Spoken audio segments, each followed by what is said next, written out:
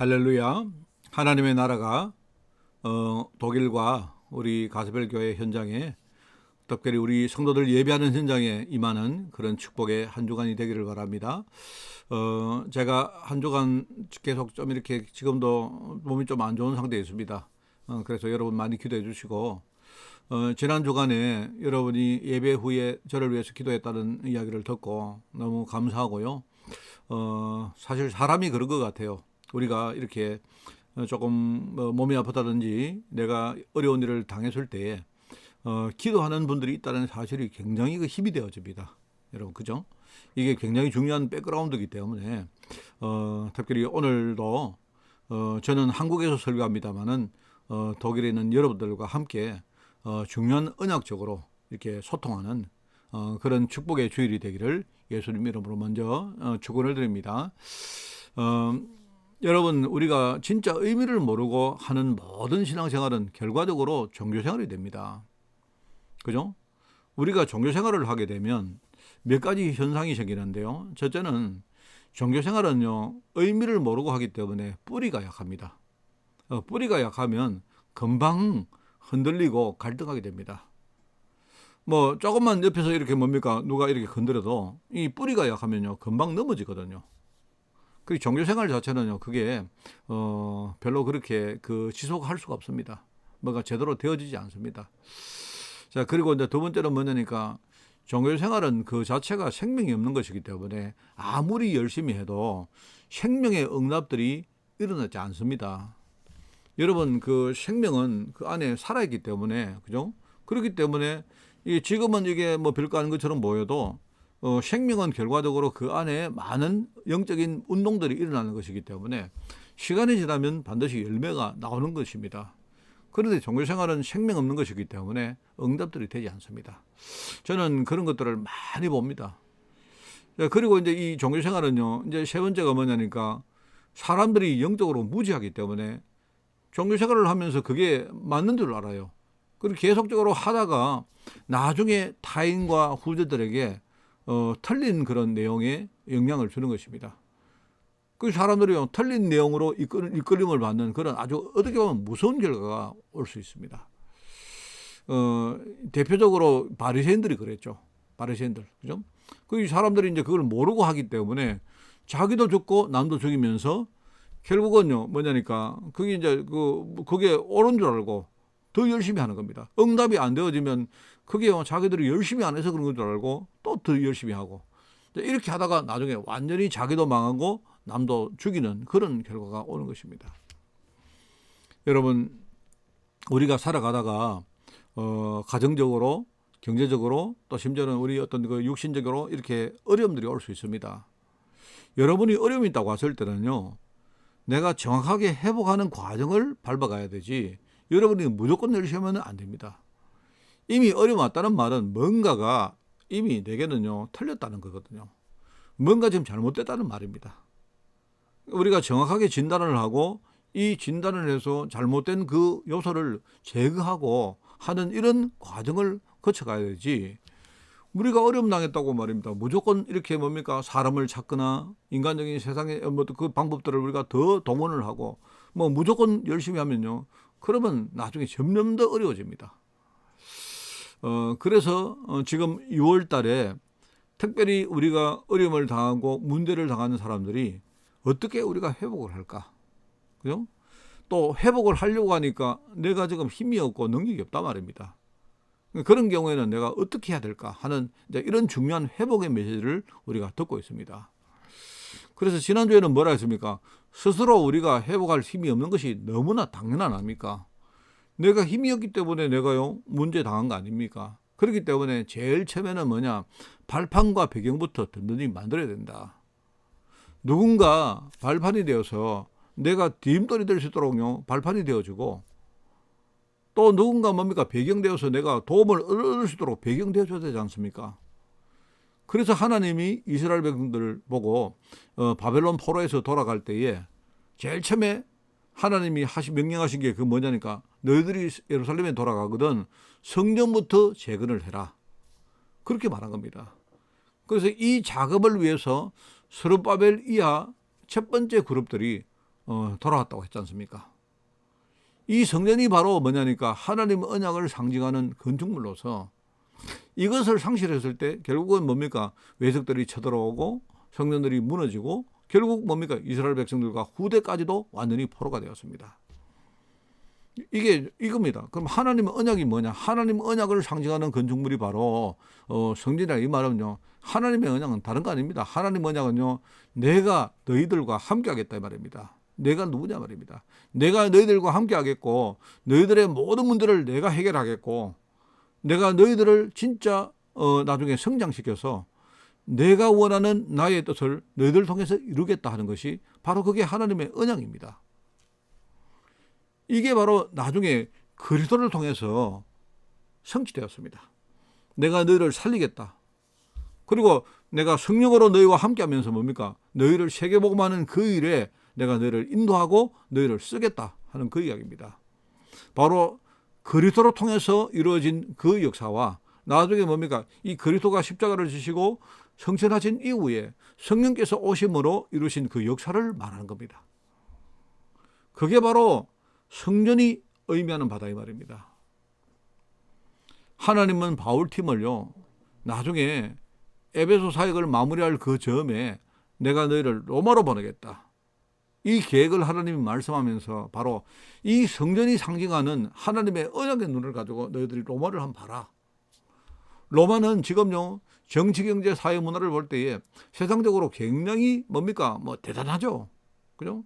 그러나 하나님 볼 때는 그게 아무것도 아니다 말입니다. 하나님 보실 때는요, 그게 다 무너진다 이 말입니다. 이게 참 중요한 거거든요. 그래서 이 로마를 살리기 위해서 가는 이 바울과 바울 팀들이 먼저 하나님의 언약의 관점으로 로마를 너희들이 봐야 될 것이다 하는 그 이야기를 한 겁니다. 성전이 바로 지금 우리 교회입니다, 여러분. 물론 교회는요, 눈에 보이는 교회가 있고 눈에 보이지 않는 교회가 있고, 우리가 눈에 보이는 교회는 뭡니까? 이게 하나의 일종의 지상교회지만 결국 이 지상교회는 뭡니까? 나중에 우리가 장착할 천국 천상교회의 모델입니다. 그 본질 자체는 똑같습니다. 그리고 이 교회는 뭡니까? 우리가 모여서 은혜 받고 나중에 결국 뭡니까? 우리가 받은 은혜를 마음껏 우리가 전달할 수 있는 현장, 흩어지는 교회가 있다 이 말입니다. 이게 바로 하나님의 언약을 상징하는, 그죠? 중요한 그런 교회다 이 말입니다. 그래서 지난 주간에 말했죠. 영적인 부분에 가장 중요한 것이 복음이고 이 복음의 축복이 임하는 가장 중요한 통로가 바로 교회라고 말했습니다. 그래서 하나님께서 마태복음 16장 16절에 18절이죠. 내가 네 반석 위에 내가 교회를 세울 것이다. 하나님이요, 이 그리스도를 고백하는 베드로에게 교회라는 이야기를 한 겁니다. 교회. 내가 네 반석 위에, 네 신앙 고백의 반석 위에다가 내가 교회를 세울 것이다. 이 교회가 세워져 있으면요, 음부 권세가 절대로 이길 수가 없고 내가 많은 모든 축복들의 기준이 바로 이 교회가 될 것이기 때문에, 그죠? 이 교회 위에 우리가 든든히 서라고 말씀을 하는 거다 이 말입니다. 여러분, 그래서 교회를 나와 후대의 배경과 발판으로 든든히 만들어야 됩니다. 그렇기 때문에 이렇게 만드는 방법 가운데 중요한 방법 중에 하나가 우리가 교회를 위해서 헌금을 하는 이 부분을 제대로 알고 우리가 진짜 결단하고 실천을 하라. 만약에 내가 이걸 실천하는데 나에게 중요한 장애물이 있다면요, 우리가 진짜 복음의 능력을 받아서 이걸 우리가 돌파해야 됩니다. 이걸 극복해내야 됩니다. 여러분이 정말로 도전해야 됩니다. 그래서 결과적으로 뭡니까? 교회의 언약적인 의미를 알고 제대로 헌금하는 우리 후대자들을 키우는 여기에 우리가 목표를 둬야 됩니다. 너무 중요합니다. 그죠? 그게 바로 지난 주간의 말씀입니다. 자, 그래서 첫 번째가 뭐냐니까 내가 회복할 수 있는 발판을 만드는 것이라면, 여러분, 우리가 어려움 당하고 회복할 때 첫 번째가 뭐냐? 내가 회복할 수 있는 발판을 만드는 것이 그게 첫 번째라면요, 그러면 두 번째는 뭐냐? 하나님이 나에게 어떤 응답들을 회복해 주실 때에 과연 내가 그 이유가 있느냐? 이 문제다 말입니다. 만약에 하나님이 나에게 경제를 회복해 주실 때 내가 잘 먹고 잘 사는 것이 내 목표라면 그러면 그거는 아니지 않습니까? 그거는 하나님 보실 때 하나님의 목적하고는 그거는 부합하지 않거든요. 진정으로 내가 하나님 나라와 하나님 의를 위해서 할 것인가? 과연 정말 하나님이 나에게 회복해 줬을 때 그게 경제든 건강이든 사람이든 하나님이 나에게 회복을 해 주셨을 때 과연 그것 가지고 내가 하나님 나라와 하나님 의를 위해서 내가 쓸 것인가? 이거는요, 사실 나보다 하나님이 너무 더 잘 알고 계시는 겁니다. 나는 지금 내 마음 깊은 곳에 있는 것과 또 내 미래에 있는 것은 우리는 잘 모르지 않습니까? 근데 하나님은 이 모든 것을 다 알고 꿰고 있는 것입니다. 그 결과적으로 여러분이 우리가 회복할 때 첫 번째가 뭐냐니까 내 발판을 제대로 만들어라 이거였다면요. 두 번째는 뭐냐? 과연 진짜 내가 하나님 일에 내가 쓰임받을 이유가 있는 것인가? 이겁니다. 결과적으로 하나님 나라와 의는 결국 사람 살리는 일에 귀결되기 때문에 하나님이 내게 회복시켜주는 그것 가지고 내가 과연 정말 하나님 뜻에 따라서 내가 사람 살리는 일에 내가 쓰임받을 것인가?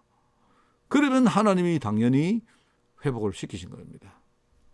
여러분이 여기에 우리의 생각과 모든 초점을 여기에다가 우리가 올인을 해야 됩니다. 바로 전도와 선교가 하나님의 그 전도와 선교의 비전이 나의 꿈이 되어야 되고 하나님이 이 이유가 있다면요 반드시 사람도 건강도 경제도 분명히 회복시킵니다. 오늘 이게 두 번째입니다. 그래서 오늘 여기에 첫 번째입니다. 오늘 말씀의 첫 번째, 하나님은 선교의 약속을 하셨습니다. 하나님의 영원한 꿈이 이루어지는 현장이 바로 우리가 가야 될 전도와 선교의 현장이다 이 말입니다. 그래서 하나님은 처음부터 이 목표를 가지고 아브라함과 그 가문을 부르셨습니다. 그죠? 그리고 사실은요, 이 아브라함과 그 가문이 뭔가 신앙이 좋았고 아주 대단했고 했기 때문에 하나님께 쓰임받은 게 아니고 하나님이 그들을 전 세계 살릴 플랫폼으로 하나님이 그렇게 사용하신 것입니다. 이스라엘 백성들을요 그렇게 사용하신 데 불과합니다. 그런데 그 사람들이요 착각을 한 겁니다. 아브라함은 그걸 알았고 아브라함이 그걸 알고 후대들에게 물려줬지만 이게 이제 시간이 지나면서 이스라엘 백성들이요 그냥 자기들만 우리가 아브라함의 후손이다 육신적으로 봤던 겁니다. 영적으로 본 게 아니고 그 사람들이 그걸 착각했기 때문에 나중에 뭡니까 반복해서 계속 뭡니까 하나님의 언약을 망각하는 이런 일들이 생깁니다. 여러분 이스라엘 그 민족들의 역사를 보면요 전부 다 뭡니까 계속 뭡니까 하나님이 언약을 주셨는데 이걸요 잊어버리고 망각하니까 결과적으로 어려움이 생기고 나중에 무너지니까 이 사람들이 뭡니까 무너진 가운데 하나님을 또 쳐다보니까 하나님은 거기서 또 회복시키고 그죠? 이렇게 하면서 나중에 또 시간이 지나니까 또 뭡니까 이 사람들이 또 망각하게 되어지고 이거 계속 반복하는 그런 게 이스라엘 백성들의 역사입니다. 결국은 어려움 당하고 성전은 무너지고 그들과 포로들은요 후대들이 포로로 끌려갔다 이 말입니다. 그러면 하나님은요 그 시대마다 완전히 무너진 그 현장에서 다시 하나님 언약을 복구하는 작업들을 하나님이 항상 새롭게 시작을 하신 것입니다. 여러분 이게 참 중요합니다. 하나님은요 지금 하나님의 영원한 비전을 이루시기를 원합니다. 거기에 하나님 우리를 부르신 겁니다. 저와 여러분이 우리 하나님 여러분을요 독일과 유럽으로 보냈다 이 말은요 하나님이 지금 유럽을 향한 하나님의 중요한 비전이 있는데 거기에 우리를 쓰시려고 보내신 겁니다. 겉으로 볼 때 우리가 내가 원해서 왔다 내가 꿈꾸는 것이 있기 때문에 왔다 그죠? 나는 하다 보니까 이렇게 왔다 나는 누구를 따라왔다 그죠? 나는 어떻게 하다 보니까 왔다 나는 그냥 유학하러 왔다. 여러분 그거는요 표면적인 것이지 하나님이 나를 쓰시려고 그게 보내신 것입니다. 문제는요 거기에 갔는데 하나님이 나를 쓰려고 하니까 내 영적 상태는 너무 아니죠. 그리고 나는 지금 하나님의 꿈은 내가 애초부터 관심이 없고 내 꿈을 향해서 그냥 가고 있죠. 내 꿈을 향해서 가죠. 또 내 꿈을 이룰 힘은 없죠. 하다 보니까 나는 지금요 이것도 아니고 저것도 아니고 엉망진창으로 지금 살고 있는 것입니다. 내 인생 자체가 정리가 되지 않은 겁니다. 쉽게 말하면요 내 꿈은 무엇이고 하나님의 비전은 무엇이고 이것도 불분명하고 그죠? 내가 지금 유럽 현장에서 내가 그렇게 일종의 뭡니까 이방인으로 사는데 언어가 잘 됩니까? 내 배경이 있습니까? 그죠? 뭔가 내가 준비된 것 뭐가 제대로 있습니까? 그러나 나는 그게 그냥 살고 있는데 이게 힘이 있는 것도 아니고 내가 하나님의 비전을 가지고 있는 것도 아니고 그렇다고 뭡니까? 내 정체성은 뭡니까? 거기서는 외국인이죠. 이런 것들이 나중에는 완전히 뭡니까? 잡탕이 되어가지고 내 인생 자체가 정리되지 않고 나는요 오늘 이렇게 할까 저렇게 할까 한국으로 돌아갈까 여기에 살까 우리는 늘 이거 반복을 하고 사는 것입니다. 그래 결과적으로 그러니까 결국 내 삶이 무너지는 겁니다. 그러나 하나님은 항상 뭡니까? 바닥에서부터 언약을 복구하는 작업을 항상 새롭게 시작했다. 그것이 이스라엘 백성들의 역사였고 사실 그게요 나의 역사입니다. 우리가 여러분 있지 않습니까? 무너졌을 때에 하나님이 그러면 근본적으로 나에게 뭘 원할까? 이걸 여러분이 정말 생각하셔야 됩니다. 여러분이 만약에 여러분이 내가 유럽을 살린다 하니까 어떨 때는 과연 그게 가능할까? 나는 말도 잘 못하고 여기에 배경도 없고 기반도 없고 나는 여기에 완전히 이방인이고 이런데 내가 그냥 내 한 몸 사는 것만으로도 내가 겨우 사는데 내가 어떻게 유럽을 살릴까? 여러분이 계속 반복해 보십시오. 하다가 어느 날 생각을 반대로 하는 날이 올 겁니다. 여러분. 이제 내가 내 생각대로 하다가 안 돼가지고 이제 마지막 종착점이 올 것입니다. 그럼 그때에 그게 중요합니다. 여러분. 그때에 그러면 내가 근본적으로 생각을 바꿔볼까? 내가 부족하니까, 내가 힘이 없으니까, 내가 기반이 없으니까 하나님이 나의 힘이 되고 하나님이 나의 기반 되어 주겠다는 거 아닙니까? 그럼 하나님이 나의 기반이 되어서 뭘 하시느냐? 내 안에 있는 많은 영적 상태를 그거부터 바꾸려고 한다는 말 아닙니까? 나의 생각과 나의 꿈을 완전히 내려놓고 하나님의 비전 속으로 들어가는 이 작업을 하나님이 하시겠다는 거 아닙니까? 그렇기 때문에 여러분은요, 시간을 가지고 물론 우리가 미리 준비가 되어 있으면 너무 좋겠지만 준비를 못 했으니까 준비가 안 되어 있으니까 어쩔 수 없는 거 아닙니까? 지금부터라도 우리가 낙심하거나 그렇게 하지 말고 준비 속으로 들어가는 겁니다. 그게 정확한 언약 회복의 과정을 우리가 밟아가는 거다 이 말입니다. 그래서 지난 주간에는 뭡니까? 교회라는 발판부터 만들어라 이 말입니다. 오늘은 뭡니까? 과연 내 인생에 하나님이 축복하실 이유가 있느냐? 이거부터 여러분이 회복하라는 거 아닙니까? 그래서 하나님은요, 영원한 꿈을 선교와 전도에 담고 있는데 그러면 내가 정말 여기에 과연 쓰임받을 사람으로 준비되는 게 맞느냐? 그게 우리가 해오가는 두 번째 이야기다 이 말입니다. 여러분 저는요 이거 가지고 저는 옛날에 이거 모를 때는요 인생 자체가 완전히 엉망이었습니다. 그런데 내가 어느 날 하나님의 이유를 내가 진짜 알고 그 속에 들어가고 나서부터 내가 많은 것들이 바뀌었습니다. 그죠? 그게 바로 하나님의 선교의 비전입니다. 그럼 두 번째는 뭐냐? 두 번째는 선교의 응답입니다. 하나님은 지금 저와 여러분이 이 선교 현장 속에서 정말로 이 복음의 응답을 누리기를 원한 거다. 여러분, 여러분이 보시면 됩니다. 여러분이 성경을 보시면요. 모든 현장에서 하나님이 복음의 정의를 불러가지고 그들을 쓰임을 받으려고 할 때마다 흑암 권세가 어마어마하게 공격을 했습니다. 항상 그랬습니다. 그렇기 때문에 이런 공격과 정면으로 싸워가면서 전도와 선교의 열매가 맺었다는 사실을 여러분이 잊어버리면 안 돼요. 마가복음 10장 29절에 보면 여러분이 복음을 위해서 내가 모든 것을 버린 자는 하나님이 30배, 60배, 100배의 축복을 얻대. 조건이 있습니다. 핍박과 함께 받을 것이다. 이렇게 말했습니다. 이 말은 진짜 축복들은요. 핍박 뒤에 하나님이 숨겨놨다는 말입니다. 우리가 전도하고 선교하려고 하려고 하면 할수록 뭡니까? 흑암은 점점 엄청나게 공격을 할 것이고 공격을 하면 할수록 하나님의 역사가 더 세게 일어난다는 말입니다. 그 말입니다. 그렇기 때문에 하나님이 바벨론 포로에서 돌아오는 두 번째 그룹에게 뭘 이야기했느냐? 첫 번째 그룹은 너희들이 가서 예루살렘의 성전부터 재건을 해라 이렇게 했고요. 두 번째는 뭐냐니까 그룹들에게 흑암과 제대로 싸울 수 있도록 신앙 시스템을 정비를 하라 이렇게 말합니다. 그 그룹의 지도자가 여러분 성경에 나오는 에스라라는 사람입니다. 에스라가 그러니까 리더가 되어서 이제 두 번째 2차 그룹들이 돌아옵니다.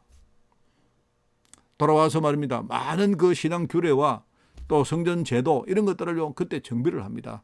우리가 알고 있는 이 신앙 그 성경, 특별히 토라는 모세 오경입니다. 그죠? 그리고 모세 오경 안에 있는 많은 신앙 규례들이 그때 정비된 것들입니다. 여러분. 참 중요하죠, 여러분. 그래서 바울도 마찬가지입니다. 사도행전 23장 11절에 보면 이것과 똑같은 맥락으로 하나님께서 바울 팀을요 로마로 보내어서 핍박을 감수하고 복음을 증거하라 이렇게 명령을 하시는데, 여러분 이 사도행전 23장은 벌써 이미 바울이 죄수가 된 이후에 주신 말씀입니다. 그죠? 지난주에 우리 사도행전 19장은 뭐냐? 바울이 에베소에서 복음 증거할 때 그때 주신 말씀이라면요, 사도행전 23장은 벌써 바울이 체포되어서 죄수가 된 이후에, 그죠? 하나님이 네가 죄수가 되었지만, 네가 죄수가 되었기 때문에 우리가 얼마나 많은 핍박을 받겠습니까? 그렇지만 앞으로 네가 죄수의 몸으로 로마에 가서 그래 네가 그게 복음 증거할 때 어마어마한 핍박이 올 거지만 그거를 감수하고 네가 담대하게 복음을 증거하라 이렇게 말한 겁니다. 참 이게 중요하죠, 여러분. 이 말은요, 앞으로 네가 복음 증거할 때, 로마에서 복음 증거할 때에 세상 권세가 너를 공격할 것인데 진짜 제대로 한판 싸우라는 이 말씀입니다. 여러분, 성전은요, 우리가 세상에서 살아가면서 이 세상 현장에 흑암 문화가 있는데요, 이 흑암 문화를 복음 문화로 바꾸는 일종의 영적 전쟁입니다. 여러분, 성전은요. 여러분 그거 아셔야 됩니다. 그래서 여러분 저는 이제 습관적으로 이렇게 돼 있습니다. 내가 복음 운동 하는데 핍박이 온다. 그러면 저는요 당연히 올 게 오는구나. 여러분 입장을 바꿔서 내가 흑암이라, 여러분 내가 만약에 마귀다, 내가 사단이다.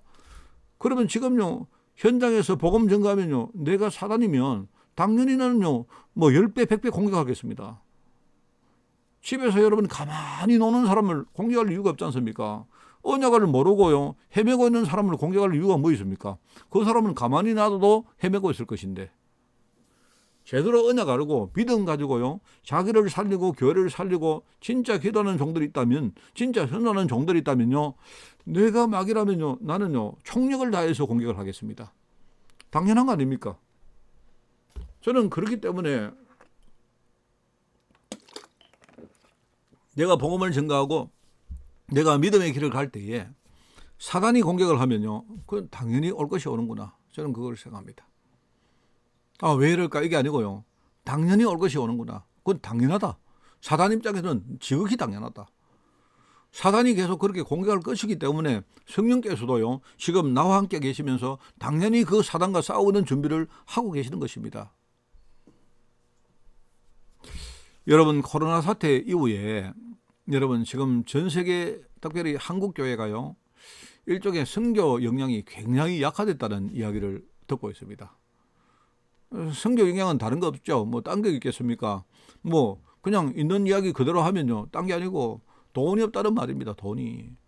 코로나 사태가 터지면서 지금요 한국도 지금요 여러 가지 비대면 시스템이 만들어지고 하면서 사람들이 교회를 오는 뭡니까 이 어떤 그 강도가 약해지고 하다 보니까 뭐 한국 교회 안에 지금요 헌금이 굉장히 줄고 있고 사람들이 오지 않으니까 지금요 특별히 미자립 교회 가운데 많은 교회들이요 지금 수도권에 있는 교회들은요 그냥 임대로 이렇게 교회를 유지하는 교회들이 너무 많은데, 말하자면 한 달 이렇게 수입으로 교회의 임대료가 충당이 안 되다 보니까 지금 많은 교회들이요 문을 닫고 있는 겁니다.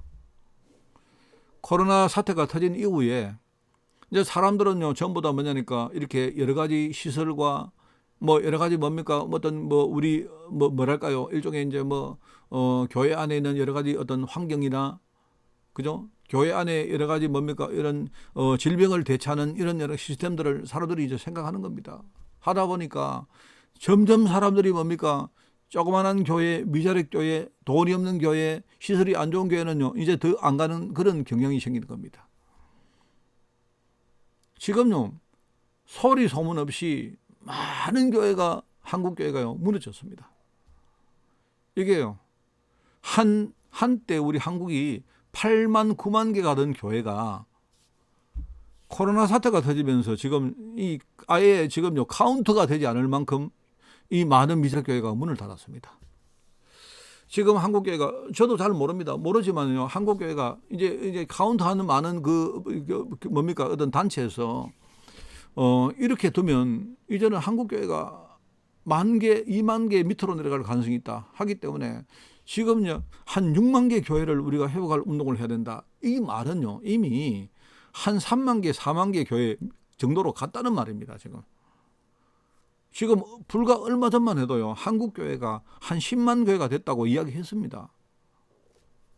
그런데 지금요 6만 교회를 회복하는 운동을 하자는 말이 나온다는 말은 이미 아마 모르긴 몰라도 지금요 한 3만 개, 4만 개 수준으로 지금 떨어졌다는 말입니다. 왜냐니까 여러분 한국 교회의 80% 내지 85%가 미자립 교회입니다. 누가 도와주지 않으면요 교회 자체를 꾸려갈 수 없는 교회입니다. 뭐 저는 개인적으로 용어에 찬성을 하지 않는 사람입니다만은요 저는 개인적으로 미자립 교회라는 말은 틀렸다고 생각합니다. 돈이 없는 교회가 미자립 교회가 아니고요 내가 스스로 설 수 없다고 생각하는 사람 그 교회가 그 미자립 교회입니다. 돈이 없어도 나 괜찮다고 생각하는 교회는 그건 미자립 교회가 아닙니다. 그건 자립 교회입니다. 근데 사람들은 뭐냐니까 돈이 없고 사람들이 모이지 않고 하면요 우리는 미자립이라고 생각하는 겁니다. 벌써 목사님들이 성도들이 중직자들이 벌써 생각부터가 미자립하고 있는 겁니다. 하나님 살아계시면요 그 사실을 우리가 붙들고 진짜요 믿음 가지고 살면 돼요. 그 교회는 아무리 돈이 없어도 사람이 없어도 그 교회는 미자립 교회가 아닙니다. 그건 자립교회입니다. 자립교회.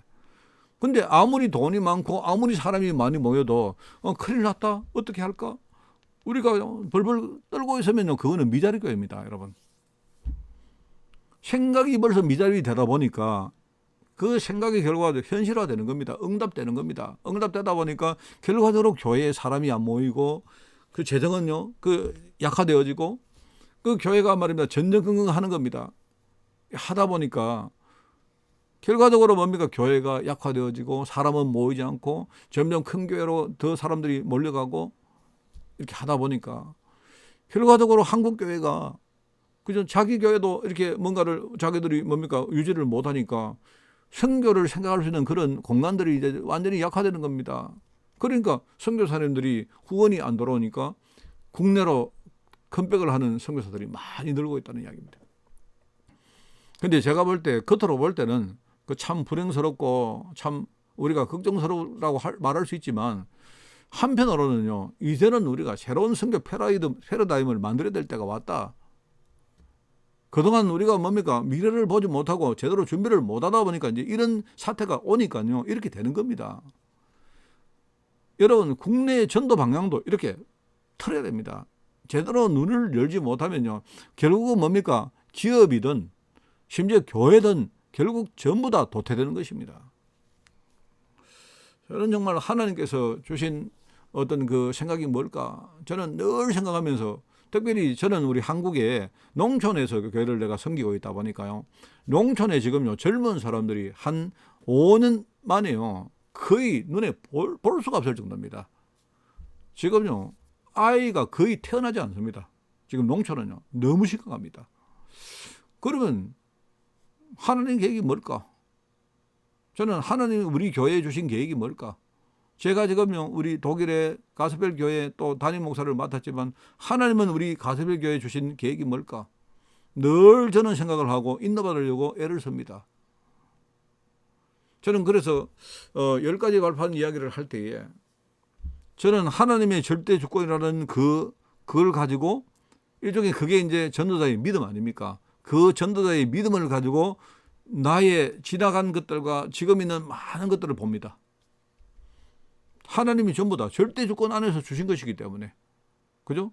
그러면서 나는 나의 오늘을 내가 시한부 인생을 산다는 하나님의 이 전도자의 자세를 가지고 나의 오늘을 봅니다. 나의 오늘을 보면요, 내가 지금 오늘을 낭비하지 않고 최선을 다해 살아야 되겠다. 이런 생각이 들면서 하나님, 내가 오늘을 내가 놓치지 않고 최선 다할 수 있도록 내게 힘을 달라고. 내가 이 하나님의 힘을 구하게 됩니다. 신앙한 것을 보면요, 그 전부 다 그 달란트입니다. 달란트. 내가 지금 오늘을 제대로 보면 하나님, 내가 오늘을 놓치지 않고 최선 다해서 살 수 있도록 내게 힘을 주옵소서. 우리가 그렇게 기도를 하게 되죠. 또 우리는요, 지나간 것과 오늘만 있는 게 아니고 우리에게는요, 장차갈 미래가 있습니다. 내가 장차갈 천국이 나의 전도자의 소망이 되어지면요, 그러면 나는 남은 인생 내가 어디에 내가 올인을 해야 될까? 여기에 길이 보입니다, 여러분. 그게 바로 전도자의 믿음이요, 전도자의 자세요, 우리 전도자의 소망입니다. 또 한 가지 더 있습니다. 뭡니까? 내가 죽은 이후에 내가 남길 유산을 전도자의 유산을 생각하면요, 여러분 후대가 얼마나 중요한지 이거는요 말할 필요가 없습니다. 제가 지난번에 10가지 발판에 대한 이야기를 자주 합니다만은요, 10가지 발판 가운데 제일 뒤에 있는 4가지가 바로 이겁니다. 여러분 정말 이것 가지고 여러분이 한번 성리하시기 바랍니다. 여러분 우리는요, 하나님이 독일을 살리려고 우리를 여기에 보내놨습니다. 진짜 내가 제대로 힘을 얻고 내가 하나님 앞에 언약 회복하면요, 그때부터 내 안에 계시는 성령께서 역사하기 시작합니다. 여러분 그렇습니다. 사람이 많이 모인다, 내가 힘이 있다, 뭐 어떤 영향력 있는 사람이 있다, 중요한 게 아닙니다. 자, 그래서 오늘 이제 마지막 말씀을 정리합니다만은요, 우리가 회복을 위해서 두 번째 해야 될 수칙이 뭐냐? 우리는 지금부터 성교 회복을 하는 거다. 하나님이 내게 주실 응답을 주실 이유가 있느냐? 내가 정말 받은 응답을 가지고 진짜 내가 전도하고 선교하는데 내가 쓰임 받을 것인가? 이걸 우리가 생각하는 것이다. 자, 그래서 삶의 어려움을 당한 성도들이 해야 될 두 번째는 뭐냐니까 우리 신앙을 회복하는 것입니다. 여러분이 어려움 당했다가 내가 회복하는 여정을 가야 될 성도들은 반드시 여러분 첫 번째 뭐라 했습니까? 교회 회복을 해라. 나의 발판을 든든하게 만들어라. 그렇기 때문에 여러분이 내가 교회를 위해서 헌금하는 그 일에 한번 우리가 제대로 결단하고 실천을 해봐라. 이 말을 했고요. 두 번째는 내 신앙을 회복하는 것이다. 자, 그러면 내가 이 시대 복음 문화 전쟁에 후원하는 선교를 위해서 우리가 예물을 드리는 것이 너무 중요하죠. 이 말은 여러분 그냥 선교금 하라는 뜻이 아닙니다. 내가 전도하고 선교하는 것의 의미를 제대로 알고 내가 작은 것이라도 지금부터 예물을 한번 드려보라, 이 말입니다. 저는요, 우리 후대들이 어릴 때부터 자신의 소중한 돈을 모아서 선교금을 하고요, 그죠? 그리고 선교금을 하는데 끝내지 말고 내가 선교하는 전장을 위해서 진짜 내가 관심을 가지고 기도하면서 혹시 내가 그 현장을 방문하기 위해서 내가 지금부터 공부도 하고 무엇을 내가 준비하고 하는 이런 모습들을 저는 굉장히 보기를 원합니다. 왜냐니까 그냥 뭐 여러분 이 말들이 심령에 잘 다가오지 않는다면요, 그러면 한번 거꾸로 생각을 해보십시오. 만약에 저와 여러분의 아이들이 성경금을 전혀 하지 않고 산다면 그러면 아마 내가 뒤집어서 말하는 것입니다. 여러분 우리 애가 나중에 성경금을 전혀 못하고 사는 인생을 산다면 그러면 내가 다음 몇 가지 중에 한 가지라고 보면 틀림없습니다. 첫째는 돈이 전혀 없는 가난뱅이 상태를 면치 못하고 있다, 이 말입니다. 여러분 돈이 있어야 성경금을 할 거 아닙니까?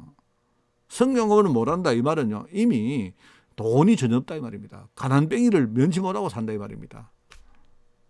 그렇게 되든지 둘 중에 또 두 번째는 뭐냐니까 돈은 있는데 자기 자신의 조그마한 그 바운더리를 전혀 벗어나지 못하고 있다고 보면 됩니다. 이미 내가 돈을 가지고 사는데 내가요 여유가 없는 겁니다. 뭔가 나를 넘어서 전 세계를 볼 수 있는 그런 여유가 없는 겁니다. 말하면 그런 조그마한 인생을 살고 있다, 그렇게 보면 됩니다. 세 번째는 뭐냐, 돈의 노예가 되어가지고요, 이 돈이 대표하는 그 세상 문화에 완전히 끌려다니면서 산다고 보면 됩니다. 맨날 뭡니까? 돈, 나, 그죠? 그리고 물질, 그죠? 맨날 말하는 거기에 노예가 돼가지고 그렇게 산다고 보면 됩니다. 저는 그렇게 봅니다. 저는요, 이 세 가지 보면 어떨 때 내가 정신이 부탁 듭니다. 제가요. 우리 아이들이 여러분 성경검을 많이 하라 이 뜻이 아닙니다. 우리 후대들이 우리 성도들이 어떻게 살아야 되겠습니까? 진짜 돈이 없는 구조적인 가난뱅이로 산다면 얼마나 그 원통하겠습니까? 저는 그거 원치 않습니다. 저는 지난주에 이야기를 했습니까? 지난 주간에 내가 오후에 이야기했나요? 네, 오후에 이야기를 우리 교회 오후에서 이야기했는데요. 뭐냐니까 우리 아이들이 살아가면서 어려움 당할 수 있거든요. 문제가 올 수 있거든요. 그러나 만약에 이 문제가 이게요 우리 가정을 괴롭히는 구조적인 저주라면 내 당대에 내가 완전히 끝내야 된다. 우리 아이들이 나중에 가난하게 살 수 있는데요. 그게 아니고 구조적으로 가난해가지고 막 이 뭡니까 구조적인 가난뱅이가 된다면 그거는요 어떻게 보면 우리 잘못이거든요. 저는 그렇습니다. 저는요 우리 아이들이 진짜 나중에 돈을 가진 부자가 되기를 원합니다. 두 번째는 뭐냐니까 돈은 있는데 지밖에 모르는 사람 있지 않습니까? 돈은 있는데요 완전히 자기밖에 모르고 자기 바운더리에 갇혀가지고 사는 그런 조그마한 사람이 되기를 원치 않습니다. 돈이 있는데요 돈은 있으면서 뭡니까 자기를 넘어서 다른 사람도 살리고 전 세계에 복음 증가하고요 진짜 교회를 살리고 하는 이런 일에 서임하는 정말 큰 인물이 되기를 원합니다. 그리고 우리 아이들이 말입니다. 세상 문화, 그 돈 문화, 그죠? 뭐 전부 다 뭡니까 자기밖에 모르는, 그죠? 그리고 뭡니까 그냥 육신밖에 모르는 거기에 끌려다니지 않고요. 자신이 돈을 끌고 가는 그런 사람요, 멋있는 그런 사람이 되기를 원합니다. 여러분이 이 중요한 부분에 여러분이 결론을 낸다면, 오늘 여러분이 한번 두 번째 해야 될 게 뭐냐니까 지난 주간에 교회를 위해서 우리가 하는 헌금에 여러분이 도전을 해봐라 했다면요. 여러분이 진짜 하나님이 원하시는 꿈, 하나님이 원하시는 비전, 전도하고 선교하는 그 일이 얼마나 중요한지 그걸 여러분이 알고 거기에 여러분이 헌금하는 그 일에 한번 여러분이 실천을 해보시기 바랍니다. 그러면 여러분이 많은 것들이 바뀐다는 것을 알 것입니다. 너무 감사하죠. 그죠? 여러분 오늘 이걸 알고 여러분 승리하는 그런 여러분 되시기 바라고 저는 여러분 여기에서 지금 많이 기도하겠습니다. 제가 지금 몸이 좀 많이 안 좋습니다. 그래서 제가 앞으로 지금 그 한방 쪽에서 제가 지금 많은 좀 치료를 받으려고 하고 있는데요. 지금 그래도 조금씩 회복돼 가고 있습니다. 물론 처음에는 위장 때문에 지금 거의 제가 죽음의 문득까지 가는 그런 느낌이 들었는데 조금 컨디션이 많이 올라오는데 여러분 같이 기도하면서 여러분도 살고 저도 진짜 살고 하면서 앞으로 우리가 하나 되어서 진짜 독일을 살리는 그 일에 그리고 앞으로 독일을 살릴 후대를 만드는 그 일에 실제로 쓰임받는 그런 여러분 되기를 예수님 이름으로 축원을 드립니다. 하나님 아버지 감사드립니다. 귀한 축복 주시고 오늘 우리가 이 언약 붙들고 또 승리하게 하시니 감사드립니다. 오늘 최고의 주일이 되게 하시고 하나님 말씀 붙들고 온전히 일어서는 힘있는 주일이 될 수 있도록 저희를 인도하여 주옵소서. 감사드리오며 예수님의 이름으로 기도드리옵나이다. 아멘.